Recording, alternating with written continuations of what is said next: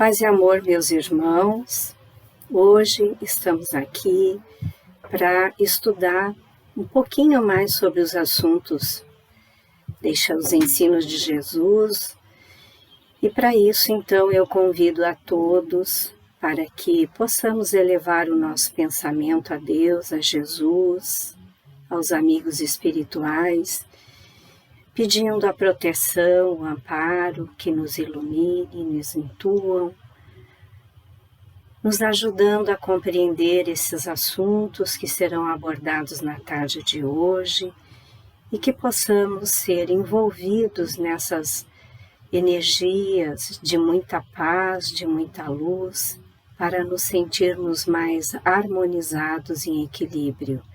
Assim, em nome de Deus, de Jesus, da corrente espiritual da paz e amor, sob a direção do nosso irmão Natanael, nós damos por aberto o nosso estudo no dia de hoje. E para nós foi dado falarmos no capítulo 10 do Evangelho segundo o Espiritismo, bem-aventurados os que são misericordiosos. E dentro da instrução dos Espíritos, é permitido repreender os outros, notar as imperfeições de outrem, divulgar o mal de outrem. São 3 perguntas que o Allan Kardec faz e o Espírito São Luís responde com relação a esse assunto. Na questão 19, Kardec pergunta, ninguém sendo perfeito, seguir-se-á que ninguém tem o direito de repreender o seu próximo? Se necessário, responde São Luís, deve ser feito com moderação e para um fim útil, com todo o cuidado possível. Nunca pelo prazer de denegrir, porque se fizermos com o cuidado, nós vamos estar auxiliando, amparando, ajudando, né? E com o prazer de denegrir, nós já estamos usando da nossa parte negativa, vamos estar prejudicando, né, a pessoa em vez de auxiliar. E na pergunta 20, Kardec pergunta, será repreensível notar-se as imperfeições dos outros, quando daí nenhum proveito possa resultar para eles, uma vez que não sejam divulgados? E São Luís responde, a ninguém é vedado ver o mal quando ele existe. O que não deve ser feito é denegrir a imagem do próximo por maldade apenas. A observação dos defeitos do próximo, das imperfeições, é válida no sentido de evitar, de igual maneira, como um aprendizado, né? A gente não agir de igual maneira, né? Tomar isso como um aprendizado. Então, observar, mas tomar como um aprendizado. Na 21, Kardec pergunta, haverá casos em que convenha se desvende o mal de outrem? E aí São Luís responde, se a imperfeição de uma pessoa só prejudica a ela própria, nenhuma utilidade terá a sua divulgação. Se gera prejuízos a terceiros, deve ser analisado a quem prejudica. Por vezes, dependendo da circunstância, deve ser pesadas as suas somas das vantagens e dos inconvenientes em se revelar, mostrar uma mentira, uma hipocrisia, um fingimento. Se a nossa intenção é de ajudar ou apenas denegrir. Então, vamos nos lembrar aqui do ensinamento de Jesus, não é? Não julgueis para não ser julgados, né? Está lá em Mateus capítulo 7, versículo 1. não estamos impedidos de usar a nossa inteligência e o raciocínio para analisar os fatos e condutas, buscando entender pessoas e situações à nossa volta. Então, nós podemos analisar uma situação que se apresenta, né? Vamos observar cada palavra, cada gesto, né? Aquilo que está à nossa volta. Não é ficar alheio à realidade dos fatos que ocorrem. Porém, com facilidade formamos opiniões sobre a conduta alheia e julgamos, sentenciando consequências. Nós temos muita facilidade para isso. Quando ocorre um fato, nós imediatamente tecemos julgamentos, né? Se é alguma coisa que a gente lê, se é alguma coisa que a gente vê nos meios de comunicação, que ouvimos, né? Se é alguém que fala, né? Que se apresenta de alguma forma, isso é comum no ser humano, imediatamente julgar, né? Julgamos a maneira como a pessoa às vezes se veste, a maneira como a pessoa se apresenta, a maneira como a pessoa fala, né? Se ela está agressiva, a gente julga, sem mesmo ter conhecimento das dificuldades que aquela pessoa pode estar passando, né? Às vezes não calculamos os problemas que ali se encontram, né? Dentro daquele espírito. Fosse conosco a situação e haveríamos de alinhar uma série de prós e contras, buscando justificar nossos atos, né? E, se possível, nos isentar de qualquer culpa ou de responsabilidade. Nós iríamos dizer que não, que estamos passando naquele momento por dificuldades, por tristezas, por preocupações, que é natural, né? Nesse momento que estamos vivendo, como também em qualquer outra época. Agora, porque os fatos são diferentes, situações diferentes, né? Deus nos chama nesse momento para modificar os nossos hábitos, né? Precisamos nos adequar às situações, mas sempre essa atitude de julgamento, os espíritos nos dizem, trazer isso para nós. Como nós agiríamos se estivéssemos vivenciando os problemas que a outra parte está vivenciando? Como nós faríamos isso? Será que nós agiríamos de uma forma diferente? Então, esse é o raciocínio que a espiritualidade nos chama a fazer. Porque, na realidade, nós entendemos que a nossa dor, a nossa dificuldade, ela é sempre maior que a do outro, né? E a gente imagina que nós conseguimos controlar isso, né? Mas se nós fizermos uma análise de situações já vivenciadas, momentos, né, vivenciados, nós vamos ver que nós não somos diferentes, né? Quando estamos preocupados, ficamos um pouquinho mais fechados, né? O sorriso é mais difícil, né? A nossa compreensão fica mais complicada, a gente não consegue entender mesmo o que o outro fala conosco e às vezes nós impensadamente respondemos, né?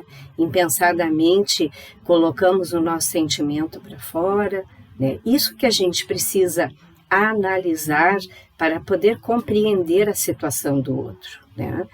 Esquecemos o alerta de Jesus que nos diz para não julgar, porque com o julgamento com que julgais sereis julgados, e com a medida com que medis sereis medido. Então, se nós nos encontramos numa situação semelhante, ou por outra, se nós tecemos julgamentos, é porque nós já sabemos o que é certo e o que é errado, né? A nossa consciência já nos mostra que aquela é uma situação certa ou não. E se nós sabemos o que é certo e o que é errado, nós não podemos incidir nisso. Mas ocorre que quando nós julgamos, nós abrimos a oportunidade de também vivenciar uma situação semelhante, de nos colocar nos ver colocado no lugar do outro, não é? Para que possamos mostrar como se agiria naquela situação. E por isso Jesus disse, né? Não julgais, porque conforme nós fizer o nosso julgamento, e também estaremos sendo julgados, né? A misericórdia divina, ela nos concede atenuantes. Quando ainda ignoramos as suas leis, pelo nosso pouco desenvolvimento intelectual e moral, tal como somos tolerantes com a criança. Então, Deus sabe que muitas vezes não estamos agindo daquela forma porque desejamos, né? E Ele é tolerante, Ele sabe que estamos passando por momentos difíceis, né? E da mesma forma como nós, às vezes, vemos uma criança fazendo alguma coisa que não seria o correto de um adulto, mas ela é uma criança, né? Não compreende ainda a realidade. E por isso que nós precisamos ser também tolerantes com os nossos semelhantes, né? Porém, quando o nosso senso de justiça nos diz que a atitude de alguém não é aceitável, significa que nesse ponto nós já entendemos o que é o certo e o errado, já conseguimos ter essa percepção, tá? Essa medida de avaliação estabelecida pela nossa própria consciência de avaliação, estabelecida ela será empregada se errarmos em questões semelhantes, né? Porque não estaremos agindo de acordo com o que já somos capazes de compreender, né? E entretanto, por vezes, nós fazemos juízos severos, né, para com o nosso semelhante em coisas de menor importância, né, exigindo uma absoluta correção na conduta, e quando nós mesmos não a mantemos, né? A gente sabe disso, mas a situação está em nos colocar no lugar do outro, né? A gente não tem essa possibilidade ainda, somos espíritos imperfeitos. Nós temos as nossas dificuldades muito grandes, né? Tem dias que nós nos sentimos melhores, estamos mais calmos, mais asserenados, com mais paciência, né? Mas lá vem um dia que a gente já não tem essas condições, né? Estamos agoniados com alguma situação ou outra que foge ao nosso controle. E é isso que nós precisamos nos ater, né? Que todos nós estamos num planeta de expiações e provas. Estamos aqui para aprender, para compreender melhor um ao outro, para desenvolver as nossas potencialidades. E, portanto, não estamos prontos, né? É compreensível aos olhos de Deus essas dificuldades que nós atravessamos. E por isso precisamos usar a mesma medida para com os nossos semelhantes, né? Entender que por trás daquela dificuldade que ele apresenta naquele momento, existe um sofrimento, existe uma dor, existe uma angústia, e que nós precisamos relevar, né? Precisamos sim ser um bálsamo naquele momento.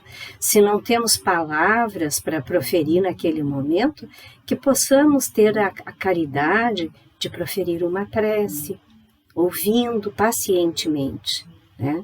De deixar as coisas passarem, principalmente dentro do nosso lar que estamos convivendo uns com os outros.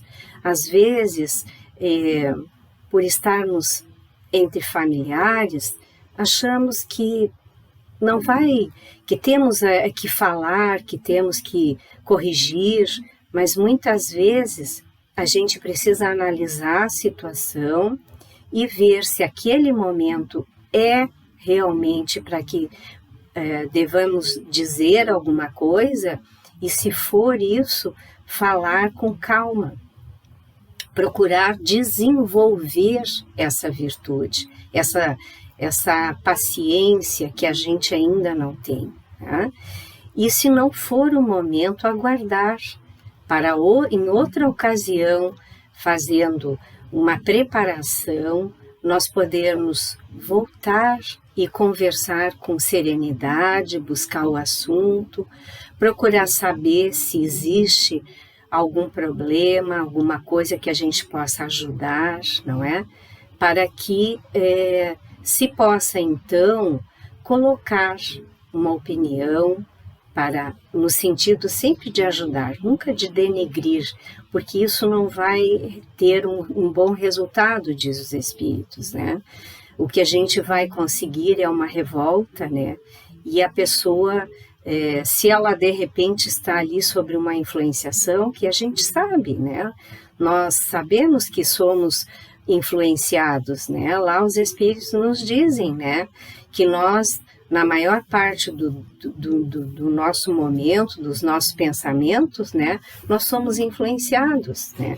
E precisamos entender que não somos só nós, somos todos nós passamos por isso, que é para que a gente consiga ir evoluindo, nos melhorando, né?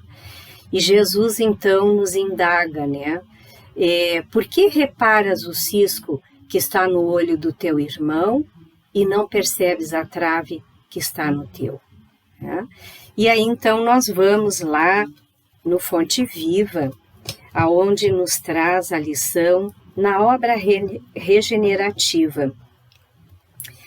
E é uma passagem de Paulo para os Gálatas, está no capítulo 6, versículo 1, em que ele diz assim: irmãos, se algum homem chegar a ser surpreendido em alguma ofensa, vós que sois espirituais, orientai-o com o espírito de mansidão, velando por vós mesmos, para que não sejais igualmente tentados. E Emmanuel, explicando essa passagem, ele diz assim: se tentamos orientar o irmão perdido nos cipoais do erro, com um aguilhão de cólera, nada mais fazemos que lhe despertar a ira contra nós mesmos. Se lhe destacamos as falhas, poderá salientar os nossos gestos menos felizes. Se permanecermos indiferentes, sustentamos a perturbação. Mas se tratarmos o erro do semelhante como quem cogita de afastar a enfermidade de um amigo doente, estamos na realidade concretizando a obra regenerativa. Sejamos humanos antes de tudo. Abeiremo-nos do companheiro infeliz com os valores da compreensão e da fraternidade. Situemo-nos na posição do acusado e refletamos se, nas condições dele, teríamos resistido às sugestões do mal. Relacionemos as nossas vantagens e os prejuízos do próximo com imparcialidade e boa intenção. Toda vez que assim procedermos, o quadro se modifica nos mínimos aspectos. De outro modo, será sempre fácil zurzir e condenar para cairmos com certeza nos mesmos delitos, quando formos por nossa vez visitados pela tentação. Essas mensagens de Emmanuel nos colocam como devemos agir diante dessas situações, para que também nós possamos aprender com aquela situação e auxiliar. E, para finalizar, nós vamos trazer aqui uma mensagem de Chico Xavier, que se encontra no livro Comandos de Amor, onde ele nos fala com caridade, né? E aí ele diz assim: caridade, sim, meus irmãos, caridade no sentimento, caridade na ideia, caridade nos ouvidos, caridade na boca, e em todas as atividades recorremos à divina virtude. Caridade no olhar, caridade no gesto, caridade na voz, caridade na referência, caridade na opinião, caridade no trabalho, caridade na atitude. Onde estejamos, peçamos a ela nos sustente e nos dirija. Caridade no lar, caridade no caminho, caridade na rua, caridade na fé, caridade na colaboração, caridade na visita, caridade no dever. Seja onde for e com quem for, estendamos a caridade por menção da vida. Com ela, alcançaremos a integração no divino amor. Deus é a meta, a caridade é a luz, o próximo é o caminho.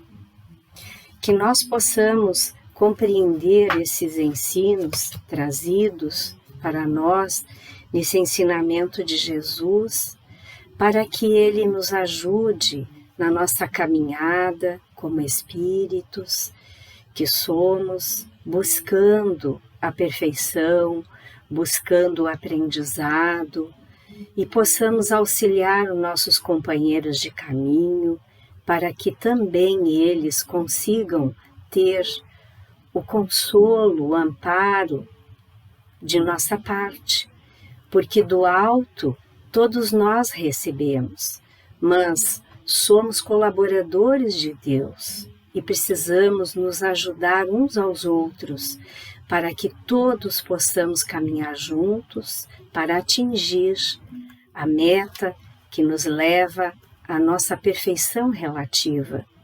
Caminho esse que é iluminado pelo amor de Jesus em todos os momentos da nossa vida. Nunca nos foi deixado um momento sequer de dor sem uma palavra de consolo vinda do alto, que entra pela nossa consciência, por dentro de nós, nos dando a força, nos dando a serenidade para que possamos prosseguir em frente, secando as nossas lágrimas, nos dando um pouco de esperança no nosso coração, que possamos ajudar o nosso próximo quando se encontra numa situação difícil, porque ele talvez não esteja conseguindo se abrir para receber essas luzes, que possamos ser o porta-voz de Deus, de Jesus, dos amigos espirituais. E assim, convido aos irmãos para que novamente elevemos o pensamento a Deus, a Jesus, aos amigos espirituais, agradecendo por esses momentos de bênçãos que nós recebemos em todos os instantes da nossa vida e nesse momento especial que aqui nos encontramos reunidos para meditar sobre essas lições. Que essas energias que nos envolvem, que nos amparam, que nos traz essa paz dentro de nós, possa seguir conosco em todos os momentos da nossa vida, nos dando a força, a coragem, a calma, a serenidade para nos manter ligados aos ensinos de Jesus. Poder entender que Jesus estende as suas mãos, buscando a nós em todos os momentos. E que Deus nos deu essa oportunidade bendita para que nós possamos nos manter fiéis aos nossos compromissos. Agradecemos a Deus, a Jesus, a esses amigos espirituais e damos então por encerrado esse momento de paz e de amor. Paz e amor, meus irmãos.